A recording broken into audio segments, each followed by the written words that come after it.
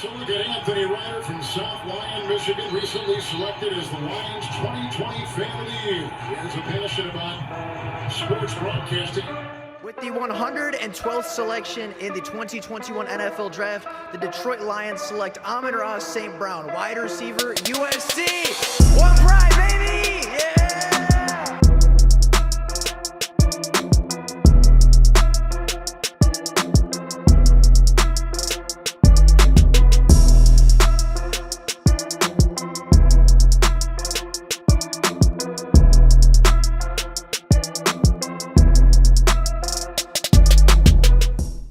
What is going on, everybody? Welcome back to another Detroit Lions video. Now, we are just 7 days away, 1 week from day one of the 2022 NFL draft class, and with that being the case, we still have a couple of different mock draft scenarios to go over for everything in order to account for anything and everything that could happen on night one of the NFL draft.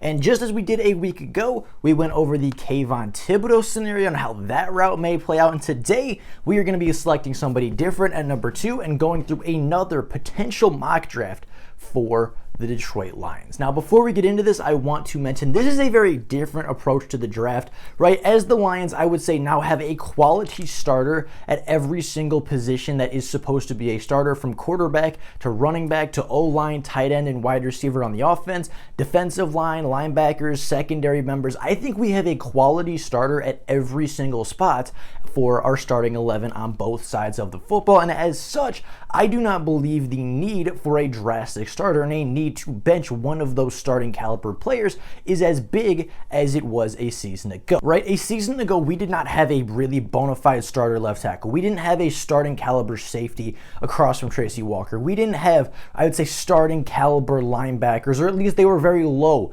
starting caliber linebackers in Jamie Collins and Alex Anzalone. They had, not the greatest wide receiver core. Their wide receiver core, I'd say, wasn't really full of starting caliber players. But going into this draft, I would say every single position at least has 2 starting caliber players at each one of their positions, right? Both safeties are starting quality. Both cornerbacks, all 3 cornerbacks are starting quality. The whole defensive line, and I would even say the linebackers are starting quality this season. The offensive line is very good. The tight end one is a starter. The quarterback one is starting quality, as are both the running backs, and at least 2, if not 3 of our wide receivers would start elsewhere in the NFL. So with that being said, I think the need for immediate starters isn't as great as it was a season ago. And although I do want to draft impact players, I'm not going to set the criteria at these players have to start if they're going to fill a different role. If they're going to be impactful, I will take that over necessarily a full-time, 100% full-time starter. So with that being said, let's get on to the second overall pick. At number 2 overall, people are going to be mad, but Malik Willis is the pick. Malik Willis is almost the unanimous quarterback one in this year's draft class, with elite arm talent, great coachability, phenomenal athleticism, and elite upside. If Malik Willis hits his ceiling, he will be a top 5 quarterback in the NFL when it's all said and done. Maybe not all time, but at the peak of his career, if he hits his ceiling, he will be a top 10, maybe even a top 5 quarterback in the NFL, combining his athleticism, his arm strength, his arm talent, his mobility, his improvisation, and his high IQ at football. He has the makings to be one of the best quarterbacks in the NFL, right up there with Patrick Mahomes, Josh Allen, and Justin Herbert. He has all of the talent, he has all of the drive, he is extremely coachable, as we've seen at the Senior Bowl and with him participating at 2 separate Division I college programs. He is a leader, he is a playmaker, and he is just a really, really good prospect. Now, like I said earlier, the Lions have a starter at every single spot. They do not necessarily need this number 2 overall pick to be the franchise-changing guy, because they are solidified at almost every single position. At edge rusher, right? They have Romeo Okwara put up 10 sacks before, just 2 seasons ago, had 10 sacks before getting injured, and last year put up 4 pressures a game, which is really, really good production. Charles Harris had 7.5 sacks a season ago. Julian Okwara had 5. Austin Bryant had 4. that's a solid edge rotation. And I'm not saying don't address the edge position, but you don't need an immediate starter to replace two 7 to 10 sack guys that are both going to be rushing the passer, right? You don't need to replace two 10 sack type of guys in order to get a Kayvon Thibodeau in the building and force him to start. You don't necessarily need Kyle Hamilton to start because you have two quality safeties. And although safety can still absolutely be addressed in this draft, it doesn't have to be at number 1. So at the number 2 overall pick, with the first pick in the NFL draft for the Detroit Lions, why not take the guy that can be your potential franchise quarterback, the guy that could at the end of his career be the most impactful player in this entire draft? I think with his coachability and his talent and upside, he is very much worthy of that number 2 overall pick, putting up over 5,000 passing yards and 48 touchdowns in 35 games on top of his 2,100 rushing yards and 29 rushing touchdowns throughout his college career. Malik Willis put up 77 touchdowns to just 18 turnovers, and I know a lot of people are saying he wouldn't be quarterback 1 last year, he won't be quarterback 1 next year. He's quarterback 1 this year. And if you compare him to last year's draft class, maybe he's not a Lawrence, maybe he's not a Wilson, and maybe he's not even a Justin Fields. But I would 100% take Malik Willis over Trey Lance a season ago. He did more with less talent around him, facing far superior competition week in and week out. And if you would feel comfortable taking Trey Lance at the number 3 overall pick, you should absolutely feel confident taking Malik Willis at the number 2 overall pick in this year's class. And moving on to the 32nd overall pick, this I very strongly believe will be a pick the Lions trade away. I don't think they want to stay at number 32. I think they're looking to trade that pick away, get extra and excess value for that draft pick, and I strongly believe there will be a suitor for the 32nd overall pick. In this scenario, it's the Denver Broncos. The Denver Broncos are in a very win-now situation. They have talent on both sides of the ball, just added Russell Wilson in this year's trade, and they are looking to make big moves in the AFC this year, right? They have Russell Wilson, they have Courtland Sutton, they have KJ Hamler, they have a decent offensive line, Javonte Williams, they have Bradley Chubb and Justin Simmons on the defensive side of the ball with some other good key talents around them. I think they continue to be aggressive in this year's draft, and I think they continue to do what they've done for the last 2 decades. When the Denver Broncos won Super Bowl 50, it was because they had DeMarcus Ware and Von Miller. When DeMarcus Ware was done mentoring Von Miller, he moved on somewhere else in the NFL and eventually retired, and Von Miller became the mentor to Bradley Chubb. Now that Von Miller's no longer there, I think they continue that trend. I think they trade up into the first round to take either David Ojabo or Boye Mafa. Both of them have very, very high ceilings. They don't necessarily need David Ojabo to compete immediately. If he comes in mid-November,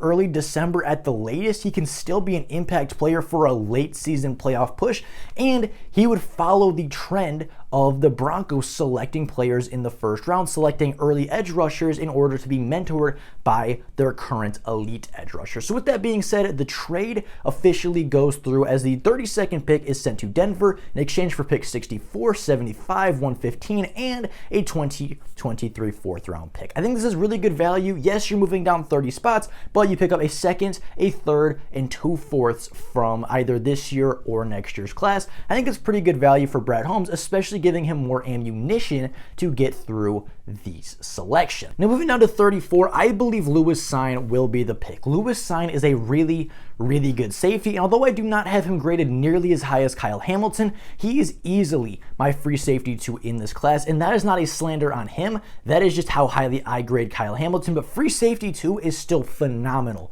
for this year's class. Being the 34th overall pick, Lewis Cine sits at 6'2", having 4.4 speed, having just amazing range, high IQ, having a big hitting ability, and just being really smart and good in coverage. I think he would fit a role perfectly, and even if he rotates with Deshaun Elliott, or even if he starts above Deshaun Elliott, I believe he will have a role, and I think he will be impactful. Even if he's not an every down starter, he will play, and he will be impactful almost every single game this season. He would be the priority high coverage safety and would allow Tracy Walker and Deshaun Elliott to fly around more in the box, make some big hits, make some big tackles for losses, and allow them to play a little bit more of a natural position for themselves. Lewis Cine put up over 144 tackles at the University of Georgia, 3 tackles for loss, 2 interceptions, and 14 passes defended. He will be a day 1 player and will very easily fit a perfect role for the Detroit Lions. Now, moving down to pick 64, the first pick from the Denver Broncos trade, Drake Jackson, the edge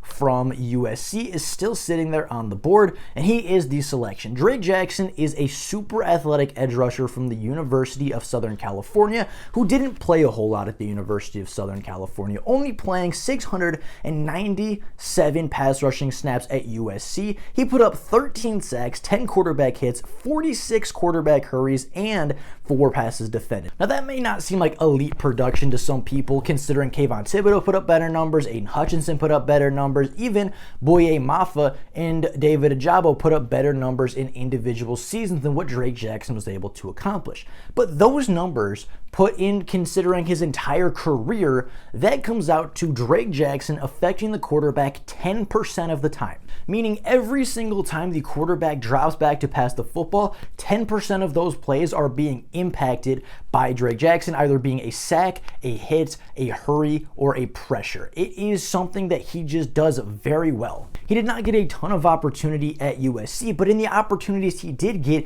he was extremely efficient. With an 8.5 RAS score and having a really good rotation at the edge rusher position, that would leave the Lions with Romeo Okwara, Julian Okwara, Charles Harris, and Drake Jackson as a 4-deep edge rusher rotation, all of whom will be between 6 to 12 sacks in next year's class. I think Romeo has the upside of 12, and I think the worst you're going to see out of any of those 4 guys is 5 to 6 sacks. That's a really good rotation. You rotate these guys in a lot. You keep them fresh. You wear down the offensive line over the course of the game. And when the offensive line is gassed in the fourth quarter, you're still rotating Drake Jackson and Romeo Okwara and Julian Okwara and even Austin Bryant and Charles Harris. You're rotating the 5 of them around. They still have fresh legs. They still have a ton of energy, and they're going to be relentless on the quarterback. This is where the Lions address that edge rushing position, and this is where they get their top edge rusher from this class. Now, moving on to 66, this one I already know is going to be controversial, as the Detroit Lions have already addressed cornerback in this year's free agency class, and they've already addressed the secondary once in this class before addressing wide receiver, before addressing a couple other positions of need. The Lions at 66 are going to select Kobe Bryant, the cornerback from Cincinnati. Now, I understand people are going to be a little off with this pick, right? I understand this is not a conformity pick. I understand this is not something that you may expect from the Detroit Lions. But when you take into account that last year, the Detroit Lions had starting cornerbacks miss time who included Jeff Okudah, Amani Oruwariye, AJ Parker, Jerry Jacobs, Ifeatu Melifonwu, Mark Gilbert, and Bobby Price, they lost 8 cornerbacks a season ago. They lost 8 starting cornerbacks last season and were forced to start Will Harris at the cornerback position. A safety that cannot cover was playing man coverage versus Devontae Adams in the final week of the season. That's how depleted the Detroit Lions were at the cornerback position a season ago. They could not stay healthy, and even with the addition of Mark Hughes, that leaves the Lions with 6 really good cornerbacks. Adding a 7th for depth and competition is not a bad thing. I think Kobe Bryant could push for a starting spot. I think he could beat out Jerry Jacobs. I think he could beat out Ifeatu Melifonwu. I think he could beat out Mark Gilbert and make him the 7th.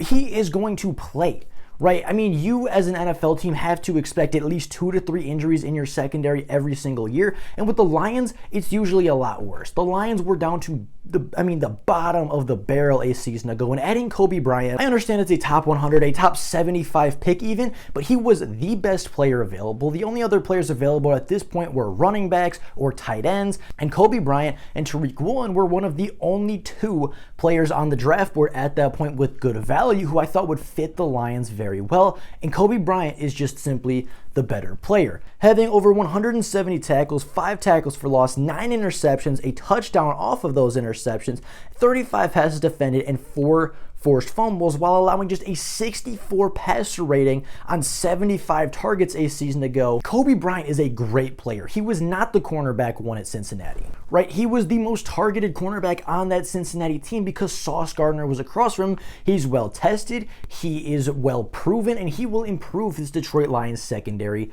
drastically. Again, maybe not a day 1 starter, but certainly an impact player to promote competition and make the rest of your roster better. Now, moving down to pick 75, this is a player that I think is underrated in this year's NFL draft, and this is a guy the Lions have done some research on and have brought in for a top 30 visit. Bryant Asamoah, the linebacker from Oklahoma, is an explosive linebacker. He is fast, explosive, with good instincts, and can cover very, very well out of the Pac-12, putting up over 168 tackles, 12.5 tackles for loss, 5 sacks, 1 interception, 5 passes defended, and 3 forced fumbles.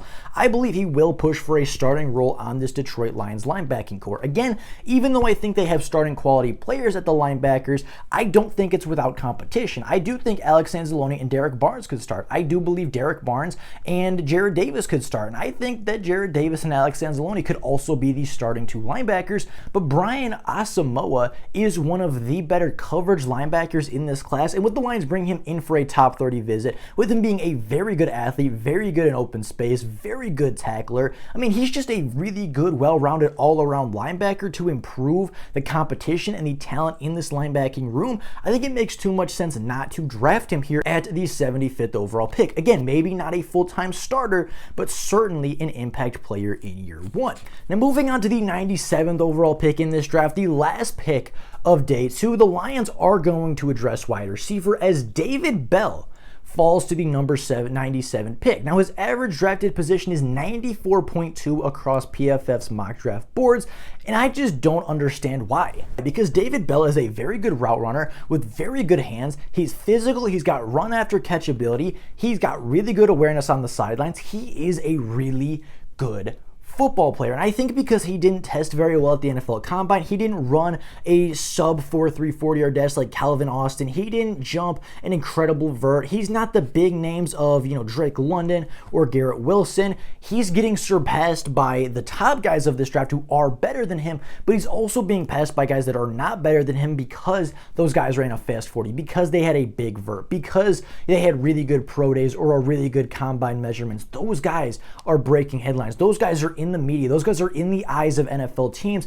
And David Bell has been one of the quietest talked about wide receivers in this year's class. And for a guy that had 2 1,000-yard seasons out of the 3, and the only receiving season he didn't have 1,000 yards was when Purdue played 6 games, and he still had 100 yards a game at 625 yards in 2020. This is a super productive wide receiver that's going completely unnoticed, and I think he would be this year's Amon-Ra St. Brown, right? David Bell in 29 games put up 2,946 yards, averaging 100 receiving yards a game on his career with Purdue, putting up 21 touchdowns, nearly 1 touchdown a game. And as I said, in the one season he didn't put up 1,000 yards, they played 6 games where he put up 625 yards, over 100 yards a game, and you cannot tell me that the quarterback play at Purdue was anything near special enough to give him the best opportunity to go make plays. Quarterback was not great at Purdue, and he somehow still produced. He is a not quarterback proof, but very quarterback resistant wide receiver, and I believe adding him to a wide receiver room with DJ Chark, Josh Reynolds, Amon-Ra St. Brown, and Quintez Cephas, putting him at the 5, would give the Lions a really good, deep wide receiving core to go into the season, because as we know, DJ Chark was hurt a season ago, Quintez Cephas is coming off a collarbone injury, and if Josh Reynolds goes down like he did, miss a game or 2 last year, that would leave the Lions with just St. Brown and Raymond like a season ago. Having David Bell at that 4 or 5 position isn't a bad option, and I think they can even address wide receiver twice in this draft a little bit later. Now, moving on to 115, this is another one kind of like Kobe Bryant where a lot of people aren't going to get it right away, but I want to explain my thinking when I have the Detroit Lions selecting Rasheed Walker, the offensive tackle from Penn State, at the 115th overall pick. Brad Holmes loves, and I mean loves, to build up the offensive line. That was the one thing he wanted to do the most when he got here, and right when he got here, he paid Ragnow, he drafted Sewell, and he put together an incredibly good offensive line while paying the offensive line coach top coaching money to stay in Detroit. Hank Fairley is one of the best offensive line coaches in the NFL. He has developed Taylor Decker, Jonah Jackson, Frank Ragnow, Big V, Penei Sewell. Tommy Kramer got time a season ago. He did really good with Tyrell Crosby when he was forced to play. He did a great job, and he is one of the best offensive line coaches in the NFL, and I think he can mold Rasheed Walker into something so so special. Standing at 6'6", 313 pounds, Rasheed is not a great pass blocker. On 1,186 snaps, he allowed 11 sacks in his college career, but he had some really good performances, notably against Chase Young of Ohio State in 2019. He put together some really good performances over his 4 years of college football, but where I really want him is in the running game. He is a tenacious run blocker. He is a monster, a beast in the running game, and he will plow through linebackers. He will get to the second level and get over safeties and linebackers. He will open up so many gaps down the field, and he will be one of the best run blockers in the NFL on day one. And watching the Lions a season ago, they had guys come in. They had a sixth offensive lineman come in versus Pittsburgh, versus Cleveland. And before he got hurt, the sixth offensive lineman and the backup tackle was one of the biggest pieces on the Detroit Lions offensive line. He came in as a tight end, came in as a sixth offensive lineman, and he wasn't even the greatest run blocker, but it opened up a lot of big runs for the Detroit Lions. That big run versus Pittsburgh that Jamar Jefferson had came with a sixth offensive lineman. The big breakaway run against Cleveland that DeAndre Swift had, that was because of a sixth offensive lineman. When they were able to put 6 quality offensive linemen on the field, their running game looks like it could be something really special. And with that being the case, adding maybe the best run blocker in this class, or one of the best value run blockers in this class with extremely high upside, giving him one of the best offensive line coaches in the NFL, would be something that I would be very curious about the Detroit Lions potentially pursuing. Right then, you have him for 4 seasons. Taylor Decker's contract is up in 3. He will be on the older side. He will be in his mid-30s by the time his contract is up. If you like Rasheed Walker, if he develops over the 4 years, you let him play his final year of the rookie season. You let him play his final year on a rookie contract. You let Taylor Decker go and you move on to the next guy, the younger guy, the higher upside guy. Or he just, for 4 to 5 seasons, is one of the better run blockers and is just a key part in your run game at the 115th overall pick. I know it's not super flashy. I know it's not the big name guy, but I do think it could be a huge role player, and I think it could help open up the Detroit Lions running game so heavily in next year's class. Now, moving now to 177, we go back over to defense and we address it with Thomas Booker, the defensive lineman from Stanford, having 159 collegiate tackles, 20.5 tackles for loss, 9.5 sacks, an interception, 8 passes defended, 2 fumble recoveries, and a forced fumble. Thomas Booker is one of the most underrated defensive linemen in the NFL. He absolutely dominated the East-West Shrine Bowl down in Vegas, and he is one of, I'd say, the smarter players in this year's class. When you hear him talk through interviews, he sounds like a coach that's already been in the NFL for years, and he isn't even a rookie yet. He's a smart player. He'd be very good depth, and just like the Drake Jackson selection, it would allow a really good rotation at the interior defensive line of Michael Brockers, of Ali McNeil, Levi Onwuzurike, John Penisini, and himself, Thomas Booker. Give them really 5 good defensive linemen that you can rotate around and keep fresh. And I mean, it's really hard. I mean, it's a saying that I've heard a lot, but you can never have too many defensive linemen. You can never have too many pass rushers. You can never have too many front 7 members, because the fresher you can keep them and the healthier you can keep them, the better you're going to be in the fourth quarter when that offensive line is worn down. And you can just rotate in Thomas Booker 5, 6 snaps a game, and he's going to give you everything he has on those 6 snaps. He's a guy that very clearly loves football, which is something Dan Campbell has said numerous times. He wants guys that love the game of football, and that fits Thomas Booker to a T, while adding defensive help to a position that does have some depth issues. Now, at pick 181, the second to last pick in this class, Justin Ross was still on the board. Now, Justin Ross is somebody that I have a early day 3 grade on. I think he will go, if I were an NFL team, I would draft him somewhere in the early 110s to 120s, but a lot of people have him even lower than that, with an average draft position of 150. He is currently graded as the wide receiver 21 on PFF's draft board, and is even lower on other draft boards in the NFL. And in this mock draft, he just kept falling. He just kept going and going. Wide receivers were taken before him. A lot of wide receivers that I don't even think are better than him necessarily were going before him. And I think the big reason for that is because of his injury. He had a really, really severe injury at the University of Clemson, but before that injury, in his freshman and sophomore season, he put up over 1,800 yards and 17 touchdowns. And yes, he doesn't have the top end speed, but he is 6'4" with really long arms, a huge catch radius, and phenomenal contested catch ability and great hands.